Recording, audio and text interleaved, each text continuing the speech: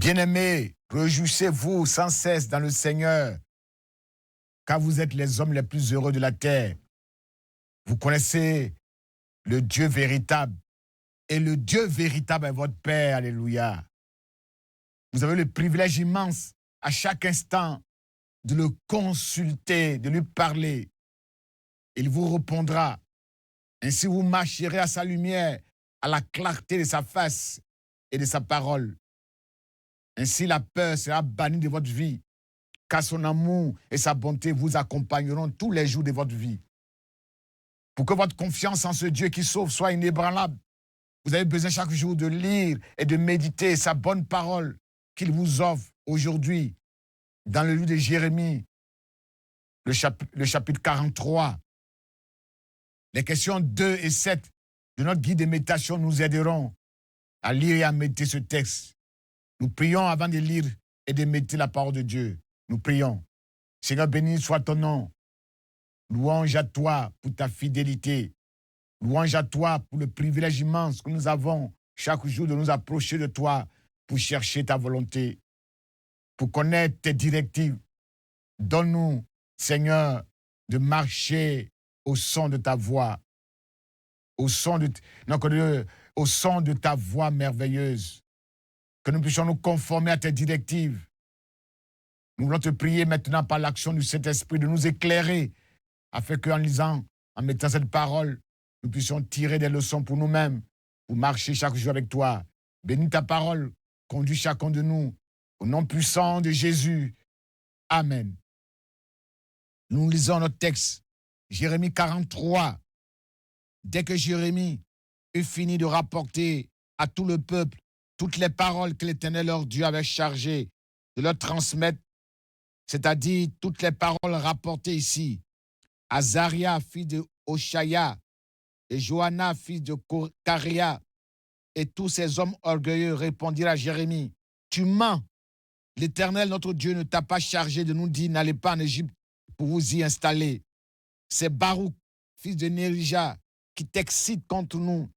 Il veut nous livrer aux Chaldéens pour qu'ils nous tuent ou qu'ils nous déportent à Babylone. Ainsi, Johanna, fils de Caria, les chefs des troupes et le reste du peuple n'obéit pas à l'Éternel. Il ne restait pas au pays de Juda. Johanna, fils de Caria, et tous les chefs des troupes prirent tout le reste de la population de Juda qui était revenue pour habiter dans le pays de Juda, de toutes les nations où elle avait été dispersée. Ils prirent les hommes, les femmes et les enfants, les filles du roi et toutes les personnes que Nebuzaradan, le chef des gardes, avait laissées aux soins de Guédalia, fils d'Ahikam, petit-fils de Shaphan, ainsi que le prophète Jérémie et Baruch, fils de Néria. Ils se rendirent en Égypte, désobéissant ainsi à l'Éternel. Ils allaient jusqu'à Daphné. Alors l'Éternel adressa la parole à Jérémie, à Daphné, en ces termes. Prends quelques grosses pierres et enfouis-les sous les yeux des Juifs dans le sol argileux de la terrasse qui se trouve en face de l'entrée du palais du Pharaon à Daphné. Puis tu diras à ces gens, voici ce que déclare le Seigneur des armées célestes, Dieu d'Israël.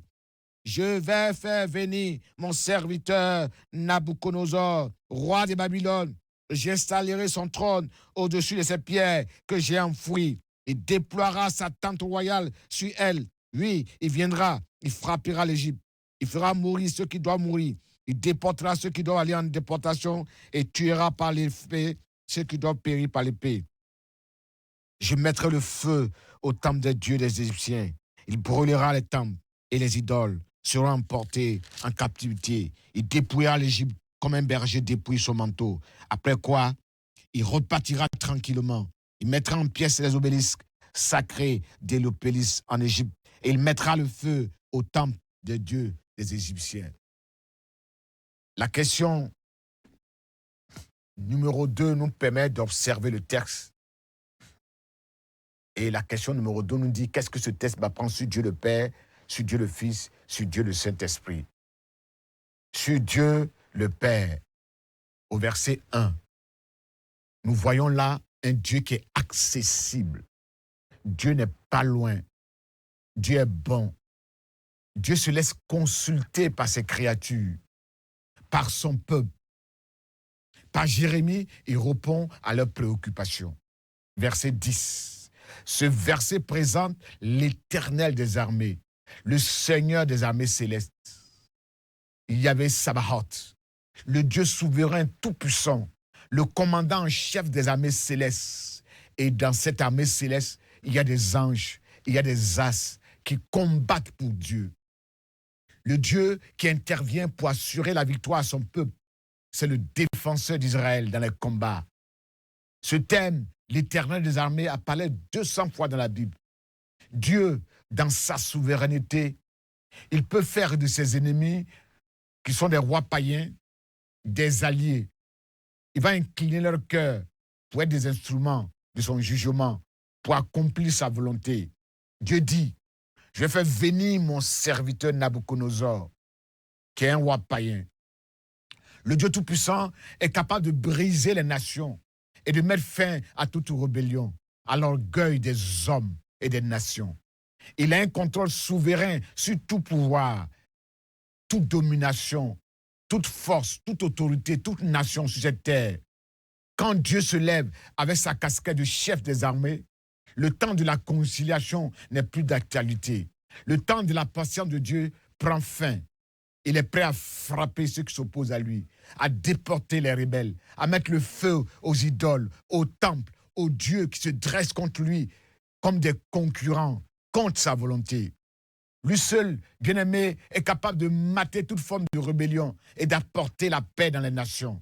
Oui, Dieu est capable de le faire.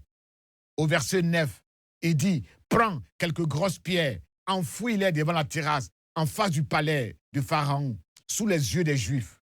Dieu ne se lasse pas d'avertir, bien-aimé, d'interpeller son peuple par des images fortes pour susciter une prise de conscience, une crainte de Dieu, pour susciter la repentance.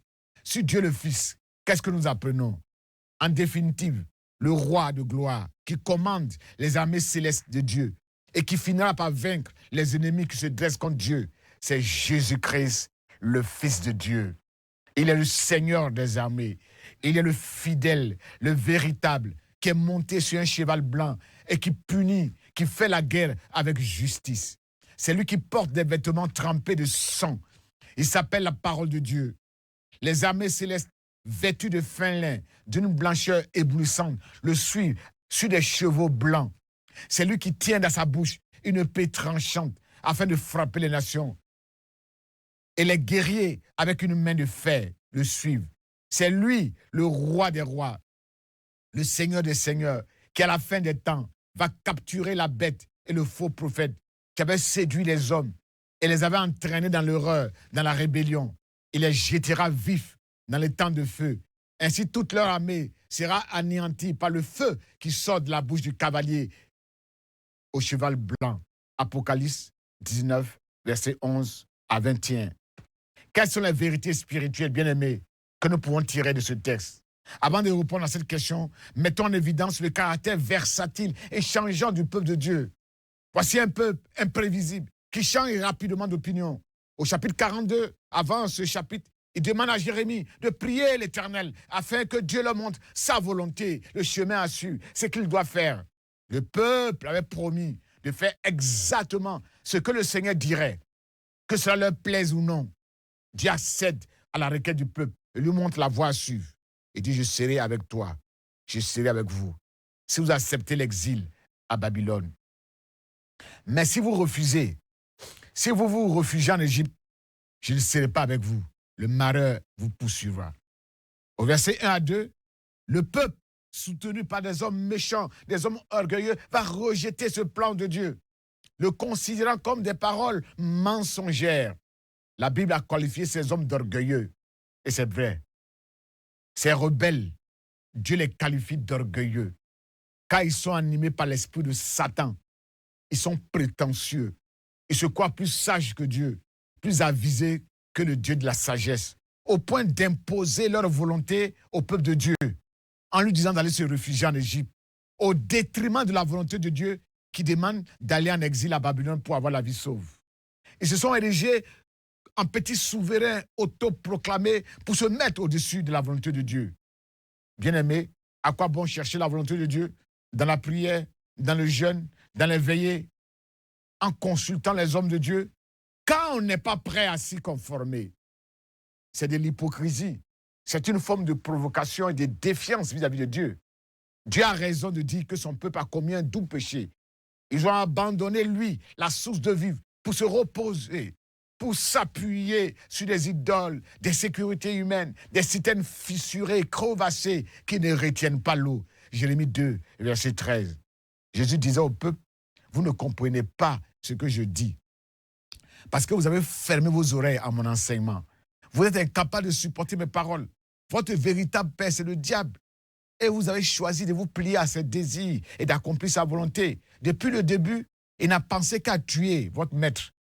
Il n'a pas persévéré dans la vérité parce que pour lui, la vérité n'existe pas. Il n'y a rien de vrai en lui. Lorsqu'il ment, il est dans son élément. Il révèle sa véritable nature puisqu'il est par essence le menteur par excellence et que tout mensonge vient de lui. Jean 8, 43 à 44. C'est sous l'inspiration du diable menteur, le père du mensonge, que ces hommes orgueilleux ont qualifié les vérités divines énoncées par Jérémie de mensonges, de contre-vérité. Parce que la vérité révélée de Dieu est contraire à leur intérêt égoïste, leur projet, leur volonté à eux, qui est d'aller en Égypte. Ils ont rejeté l'autorité de Dieu. Cette habitude, cette stratégie diabolique a commencé depuis le jardin d'Éden, bien aimé. Le serpent, l'animal le plus rusé de la terre, a falsifié, a travesti, déformé la pensée de Dieu à son profit. Il a semé le doute dans le cœur d'Ève, la femme d'Adam. Il dit, Dieu a-t-il réellement dit? Est-ce que tu as bien compris ce que Dieu voulait dire? C'est le même esprit qui a animé le pharaon. Il dit, surchargez les enfants d'Israël de travail afin qu'ils oublient les mensonges de Moïse, qui dit au peuple d'aller adorer Dieu dans le désert. Bien aimé, les paroles de Dieu, la volonté de Dieu n'est pas un mensonge. Et ces paroles ne conduisent pas à la mort, ça ne conduit pas à l'esclavage, mais ces paroles conduisent à la vie. Que dit Dieu au sujet de l'Égypte, où s'est réfugié le peuple de Dieu? C'est une mauvaise habitude depuis la sortie d'Égypte. Et le peuple aime se référer souvent à l'Égypte parce qu'ils veulent retourner en Égypte pour manger à nouveau des poissons, des concombres, des melons, des poivrons et oignons. Et par la bouche d'Assyrie, Dieu interpelle son peuple au sujet de l'Égypte. Il dit, c'est qui tu comptes pour te révolter contre moi? Chercher le secours en Égypte, dans le monde, c'est s'appuyer sur un roseau cassé qui blesse, qui transperce la main de celui qui s'appuie dessus. 2 Rois 18, verset 21. Ézéchiel 29, 6 à 7 dit que l'Égypte, sa force n'est qu'un appui éphémère, peu fiable, dangereux, fragile, à l'image du roseau qui se casse et qui déchire l'épaule, qui brise et paralyse les reins. En réalité, bien aimé, c'est une folie suicidaire quand on se confie à de fausses sécurités, à des illusions, aux nations pour nous protéger, à des richesses pour nous donner la vie, à des parents haut placés pour nous trouver des solutions, à des chats pour nous protéger, à des chevaux pour nous protéger, à des forces armées pour nous protéger. Tout cela n'est que vanité, illusion.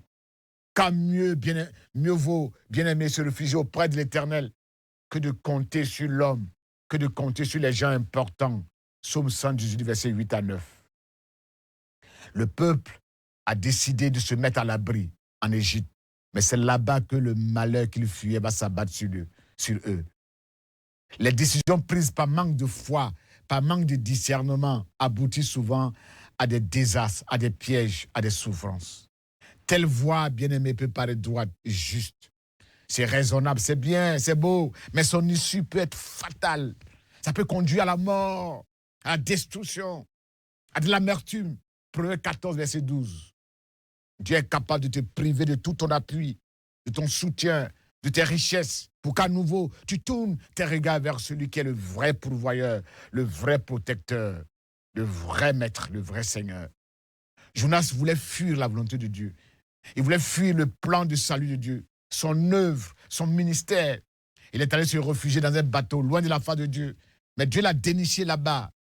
Il s'est retrouvé dans le ventre d'un poisson, dans la détresse, dans la souffrance, et il a crié vers Dieu. Dieu l'a délivré. Et cette fois-ci, il a accepté d'aller accomplir la volonté parfaite de Dieu, annoncer la bonne nouvelle. Dieu dit dans Isaïe 31 qu'en réalité, l'Égyptien n'est qu'un homme. Oui, c'est un homme, il n'est pas Dieu. Et les chevaux sont des créatures terrestres. Ce ne sont pas des êtres surnaturels. Car quand l'Éternel abaissera sa main, le protecteur chancellera et le protégé tombera. Ils périront tous les deux ensemble. Chaque fois que ça chauffe, bien-aimé, chaque fois que les circonstances te sont défavorables, que tes désirs mauvais, que de mauvaises pensées ne viennent pas animer ton cœur au point de croire que le lieu de l'esclavage, le lieu de l'oppression, le lieu des souffrances est meilleur que le pays promis, le pays de la délivrance, le pays où coule le lait et le miel, le pays du repos que Dieu te montre là-bas. Agissons comme Josué et Caleb qui ont confessé avec foi cette parole. Si l'Éternel est avec nous, s'il nous est favorable, il nous mènera jusqu'au bout. Il nous donnera ce pays. Nom 11, verset 14. Verset 9 à 13. Dieu dit, je ferai venir mon serviteur, Nabuchodonosor. Il frappera, il tuera, il brûlera, il dépouillera l'Égypte. Bien-aimé, quand la colère de Dieu éclate, le protecteur du fautif, le protecteur du rebelle est frappé au même titre que le protégé. Ainsi, l'homme au dehors, bien-aimé, il peut échapper à deux ennemis, le lion et l'ours, mais il peut succomber dans sa maison, son lieu de refuge, car il va appuyer sa main contre le mur de sa maison, son lieu de repos, et là, un serpent peut sortir de là pour le mordre. Amos 5, 19. Chaque fois que nous acceptons, chaque fois que nous accepterons plutôt, bien-aimé, de nous soumettre à Dieu, de lui obéir, de faire sa volonté, d'exécuter la mission qu'il nous a confiée, il se plaira. Il sera heureux de nous présenter comme ses serviteurs, comme ses amis, avec qui il va partager ses projets, à qui il ne cachera rien. Ma prière pour chacun de nous, c'est que nous puissions dire, moi et ma maison, nous avons décidé de faire ce que Dieu veut. Nous avons décidé de faire la volonté de Dieu. Même si cela est déplaisant, même si cela est désagréable, nous voulons accomplir la volonté de Dieu. Nous voulons le servir. Amen. Oui, Seigneur, moi et ma maison, nous avons décidé de faire ta volonté, d'accomplir ta volonté. Nous avons accepté de chercher ta volonté, de te consulter et de nous soumettre à ta volonté, même si cela nous déplaît, même si cela est contraire à nos intérêts. Nous voulons faire ce qui est bon, ce qui est juste, ce qui est honnête. Donne-nous de ne pas être des faux conseillers qui donnent des mauvais conseils et qui détournent le peuple de Dieu de la volonté de Dieu. Donne-nous d'apprendre au peuple de Dieu à faire ce qui est plaisant, ce qui honore Dieu, ce qui est agréable devant Dieu. Merci Seigneur, merci pour ta volonté parfaite. Nous allons nous soumettre à toi. Nous ne voulons pas nous appuyer sur l'Égypte, sur nos richesses, sur les puissants de ce monde, sur les riches. Mais nous allons nous appuyer sur l'Éternel des armées, celui qui a créé le ciel et la terre, celui qui combat pour nous. À toi la gloire, à toi la louange, à toi l'honneur, au siècle des siècles. Amen.